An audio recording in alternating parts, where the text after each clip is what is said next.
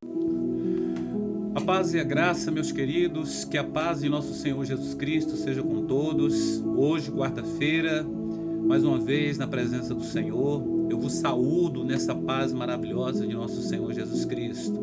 Hoje, mais uma vez, nós estamos nesse culto online e eu gostaria de, nesses pouquíssimos minutos, falar do amor de Deus, falar algumas coisas a respeito de tudo aquilo que Deus tem colocado nos nossos corações.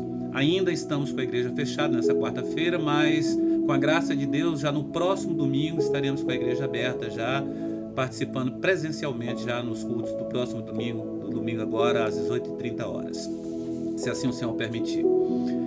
Eu gostaria de meditar com vocês acerca de algo que eu estava pensando e que veio à minha cabeça nas minhas orações que eu tenho feito nas madrugadas, tenho orado, falado com Deus e tenho raciocinado acerca de algumas coisas. E dentre elas me veio um pensamento. E eu tenho matutado acerca disso. Isso tem batido muito na minha mente. Isso tem mexido comigo. Eu tenho pensado muito a respeito disso nesses últimos dias. E eu queria refletir um pouco sobre isso. Apenas um bate-papo rápido acerca disso, apenas uma reflexão. Mas antes eu queria orar. Pai querido, Pai santo, eu oro ao Senhor nessa hora e peço ao Senhor que a graça do Senhor continue sobre as nossas vidas, que o Teu Espírito Santo continue nos abençoando, nos protegendo, que o Senhor continue recebendo as nossas orações. Peço ao Senhor a Tua misericórdia sobre as nossas vidas. Pai, toma conta da nossa família, do nosso lar, da Tua igreja, do Teu povo, em nome de Jesus. Fala conosco, Senhor. Precisamos continuar ouvindo a Sua voz. Não nos deixe, ó Pai Celestial, órfãos. Precisamos ouvir o ecoar da Tua voz, em nome do Senhor Jesus. Obrigado, Senhor. Então, queridos amados, como estava falando, algo tem mexido comigo. Algo tem me incomodado nas minhas orações. E eu queria, para entrar nesse assunto, para abordar esse assunto, eu queria ler um verso aqui do capítulo 3 do livro do profeta Amós. O capítulo 3 do livro do profeta Amós, no verso 7, tem um texto emblemático, que muitos usam esse texto, e diz assim: certamente o Senhor Deus não fará coisa alguma sem antes revelar aos seus servos, os profetas. Numa outra tradução diz assim: certamente o Senhor Deus não fará coisa alguma sem ter revelado o seu segredo aos seus servos, os profetas. Basicamente, as pessoas usam esse texto, a grande maioria dos profetas, dos pastores, usam esse texto para dizer que Deus não faz coisa alguma ou algum acontecimento extraordinário, tal qual esse que nós estamos vivendo, sem antes revelar aos seus servos. E citam muitos acontecimentos do passado, da Bíblia, que Deus sempre revelou. E o que está me incomodando? O que está me incomodando é porque nós estamos vivendo um fato atípico, único na história da humanidade, um fato terrível, talvez algo comparado, talvez, não vou dizer comparado ao dilúvio, porque o dilúvio veio e acabou com toda a humanidade, restando apenas 8 pessoas. Não vou dizer que foi como as pragas do Egito, mas pior do que as pragas no Egito, porque nós estamos vendo milhões de pessoas morrendo por todo o mundo. Milhares e milhares e milhares de pessoas morrendo todos os dias. Então algo muito mais terrível está acontecendo nos nossos dias. Então é muito pior do que as pragas no Egito, quando Deus tira o seu povo de dentro do Egito, o seu povo da escravidão. Mas a história diz que todas as vezes que Deus ia fazer algo grande, Deus de fato revelava aos seus profetas que ele iria fazer. Lá no dilúvio, ele revela a Noé, o seu servo, e Noé pregou ali o dilúvio durante 120 anos. Noé pregou, mas ninguém creu na pregação de Noé. Ele só conseguiu salvar a sua casa. Isso é fato. E Deus destruiu toda aquela geração. E uma outra geração nasceu com Noé, com a família de Noé. Depois nós vemos Deus destruindo Sodoma e Gomorra por causa do pecado de Sodoma e Gomorra. Mas Deus, quando ele vai destruir aquele lugar, o próprio Deus disse: eu não poderei ocultar isso do meu amigo Abraão. O próprio Deus diz: como poderei ocultar isso do meu amigo Abraão? E Deus, ele se revela a Abraão e manifesta a Abraão o desejo dele, que ele vai destruir Sodoma e Gomorra. Aí Abraão ora e intercede por Ló, seu sobrinho. E justamente a vida de Ló é salva por causa da intercessão de Abraão. Posteriormente, nós vamos ver também ali o próprio Moisés. Moisés, quando ele arranca o povo da escravidão, Deus revela para Moisés o que ele iria fazer. As pragas ali que Deus iria enviar, Deus revela a Moisés. Deus fala para Faraó o que ele iria fazer através de Moisés. Deus dá oportunidade a Faraó, de Faraó se arrepender e deixar o povo ir, mas Faraó está com o coração duro e Deus faz questão de endurecer ainda mais o coração de Faraó. E Deus envia as pragas do Egito. E nós vamos vendo diversos fatos. O próprio rei Ezequias, quando ele ali recebe a mensagem de Isaías, o profeta, dizendo que ele iria morrer, que ele deveria arrumar a sua casa, e ele vira para a parede e ora e pede a Deus que ele continue vivendo, e Deus dá a ele ainda mais 15 anos. E nós vamos continuar vendo aí Deus falando na história. A própria vinda do Senhor Jesus Cristo é manifestada nos evangelhos. Deus revela nos evangelhos. Deus revela aos profetas, é citada aos profetas. Deus revela aos seus servos. Deus revela a chegada do seu filho, os acontecimentos, é citado nos livros, na história. Tudo isso é citado. E nós vemos, lendo as Escrituras, os últimos acontecimentos. Mas quando nós chegamos aqui no ponto, o que é que está me incomodando? Talvez muitas pessoas vão chegar dizendo: não, mas Deus revelou o que nós estamos vivendo agora. Queridos, nós vamos ver na história, na palavra, diversos relatos dos últimos acontecimentos, que nos últimos dias haveria guerras, que nos últimos dias haveria peste, fome. De fato, nós vamos ver isso relatado na Bíblia Sagrada. Mas sempre fatos atípicos. Nós vimos Deus levantando homens para relatar a esses homens na história e para que esses homens comunicassem como um canal, como instrumento de Deus, comunicasse à sua igreja, ao seu povo, o que iria acontecer. E eu não vi, em nenhum momento, Deus comunicar através de nenhum homem, de nenhuma igreja, o que iria acontecer. Eu não vi. Eu não vi, ninguém viu. As pessoas tentam forçar a barra em alguma ou outra profecia, dizer que Deus falou, mas o que eu vejo é que Deus se calou por um momento. Não estou dizendo que foi Deus que enviou isso ou não, mas sempre que algo fosse acontecer, Deus se manifestava. Mesmo que já estivesse escrito na palavra, Deus se manifestava dizendo que algo estava para acontecer. E eu não vejo, eu pelo menos não vi, ninguém, antes disso acontecer, dizendo: olha, Deus falou que vai acontecer. Não vi.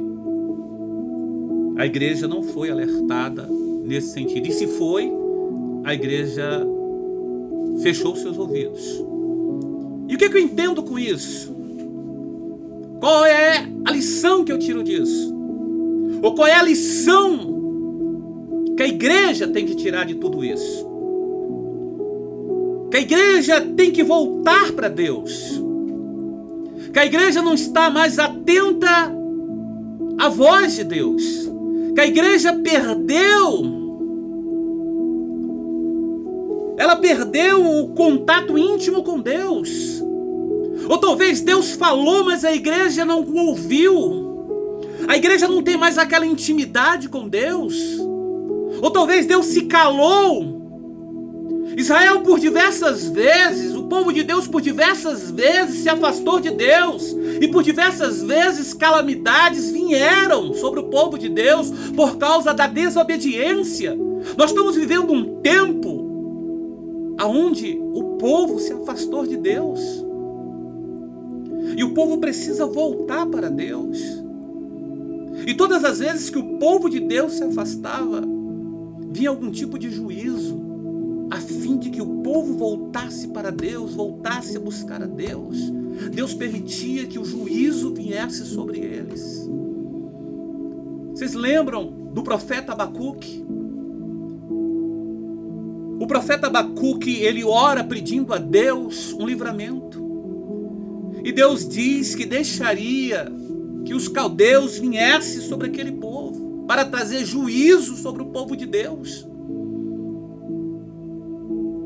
Era uma nação terrível que viria trazer juízo sobre o povo de Deus. E o que eu vejo nesse tempo é o juízo vindo sobre a terra e o juízo vindo também sobre o povo de Deus. E parece que a igreja, ela não está aprendendo nada com isso. O povo de Deus, ele tem que despertar. O juízo está sobre as nossas cabeças. Esse é o momento da igreja se prostrar. Esse é o momento da igreja voltar para Deus. Esse é o momento da igreja se prostrar diante de Deus, se arrepender, voltar ao primeiro amor. Esse é o momento da igreja voltar a buscar a Deus, voltar às suas raízes. Esse é o momento da igreja voltar a orar. Esse é o momento da igreja se arrepender dos seus pecados. Esse é o momento da igreja olhar para dentro de si mesma e arrancar a imundícia e pedir a Deus: Senhor, me limpa dessa imundícia. Porque a igreja precisa ser limpa. Ele disse para a igreja de Laodiceia: aconselho que de mim compre vestes, para que não seja encontrada nua,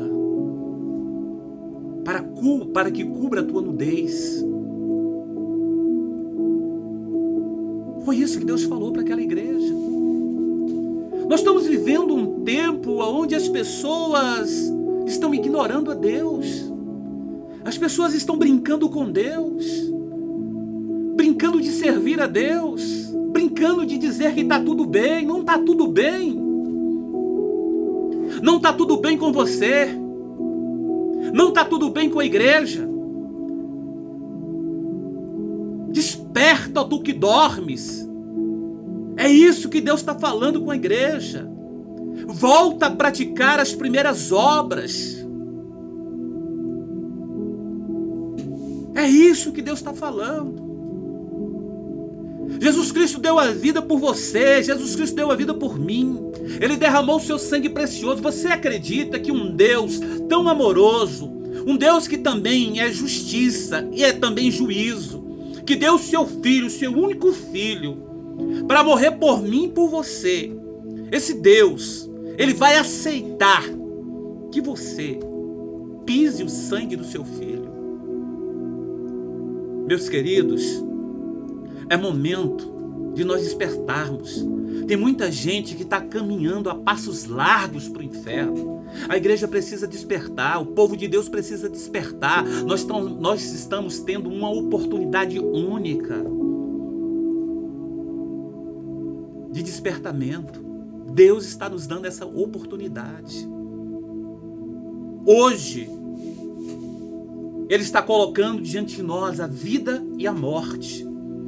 Como Ele colocou lá no capítulo 28 de Deuteronômio. Hoje eu proponho a vocês a vida e a morte. Escolha qual caminho vocês vão percorrer. A vida ou a morte. Hoje Ele está colocando diante da gente a vida ou a morte. A igreja tem que escolher a vida ou a morte. Porque o juízo de Deus está sobre a igreja. A igreja precisa despertar. Eu sei que muitas pessoas vão trazer uma mensagem, paz e amor para vocês. Muitas pessoas vão bater no ombro de vocês dizendo, não, não é assim. Leia as Escrituras. Analise as Escrituras.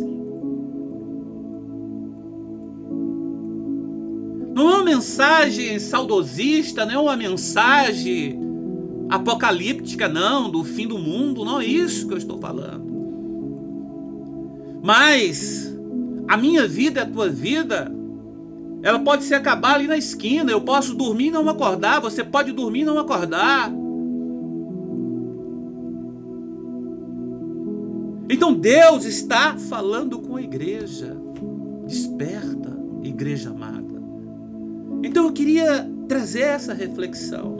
Por que que o Senhor não trouxe uma revelação sobre tudo isso que está acontecendo? Por que que o Senhor não se manifestou? Por que que o texto está dizendo aqui bem claro? Certamente o Senhor Deus não fará coisa alguma sem antes revelar aos seus servos os profetas.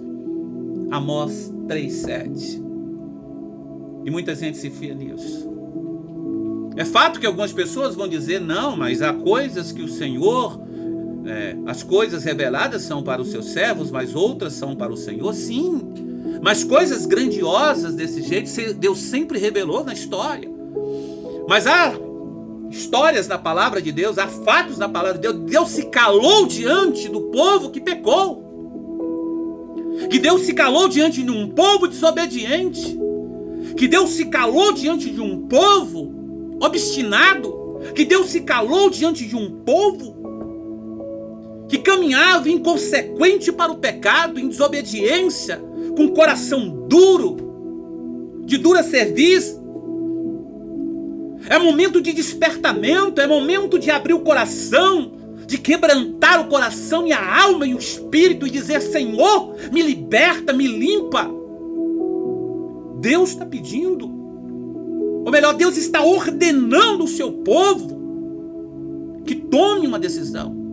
Até quando, como diz o profeta Elias, nós vamos ficar tateando entre dois pensamentos? Se o Senhor é Deus, vamos nos prostrar perante Deus.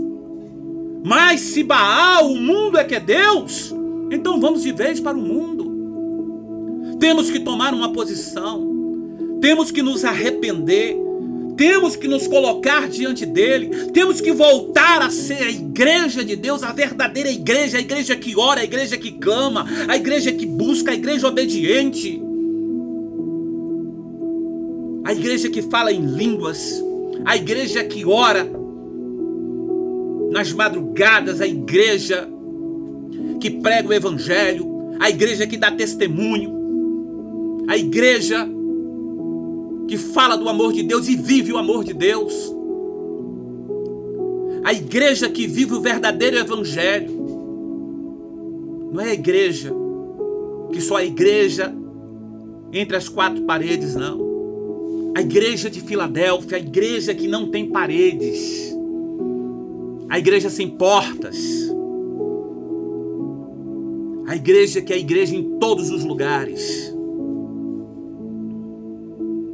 Não podemos ser como a igreja de Sardes, uma igreja que tem nome, mas está morta. Não. Temos que ser a igreja viva, a igreja do Senhor Jesus. Por isso eu quero te convidar, nessa quarta-feira, a tomar uma posição, a despertar, em nome de Jesus. Eu queria deixar essa reflexão com você. Talvez muitas coisas tenham acontecido, porque muitos estão distantes de Deus. Nós, a igreja, precisamos nos prostrar diante de Deus e voltar para Deus. Então eu quero te convidar a voltar para Deus. Domingo, às 18h30, nós estaremos, se assim o Senhor permitir, no culto presencial, às 18h30, na Igreja 7. Que Deus te abençoe. Que Deus abençoe a sua vida. Que Deus abençoe o seu lar. Que Deus abençoe a sua família.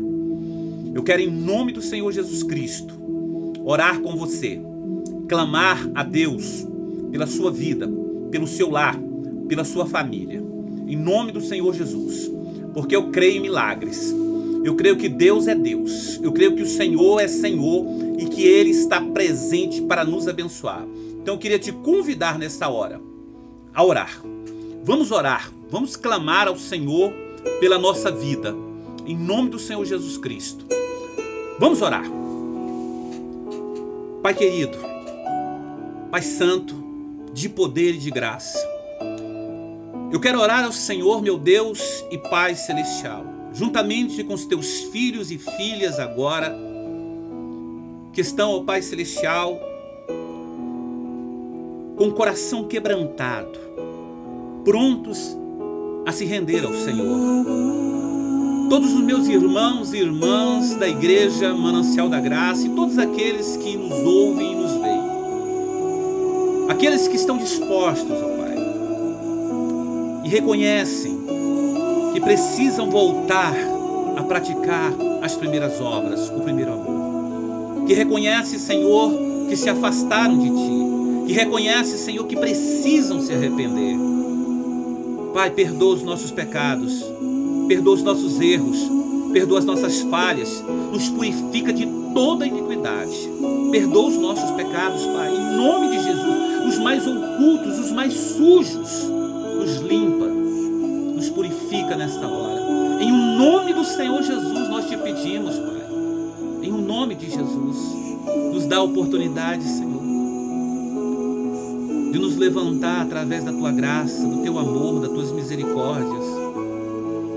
Senhor, nosso Deus e nosso Pai celestial, nós precisamos, em nome de Jesus Cristo, do Teu amor, que o Teu amor venha nos consolar, que o Teu amor venha nos levantar, que o Teu amor venha, Pai celestial, nos fortalecer, que o Teu sangue precioso venha neste momento, Senhor, nos limpar profundamente, que venhamos, Pai celestial, nesta hora,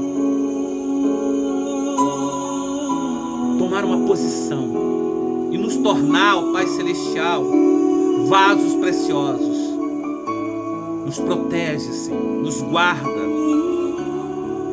e nos restabelece, que os nossos pés estejam firmados em rocha firme, em nome de Jesus.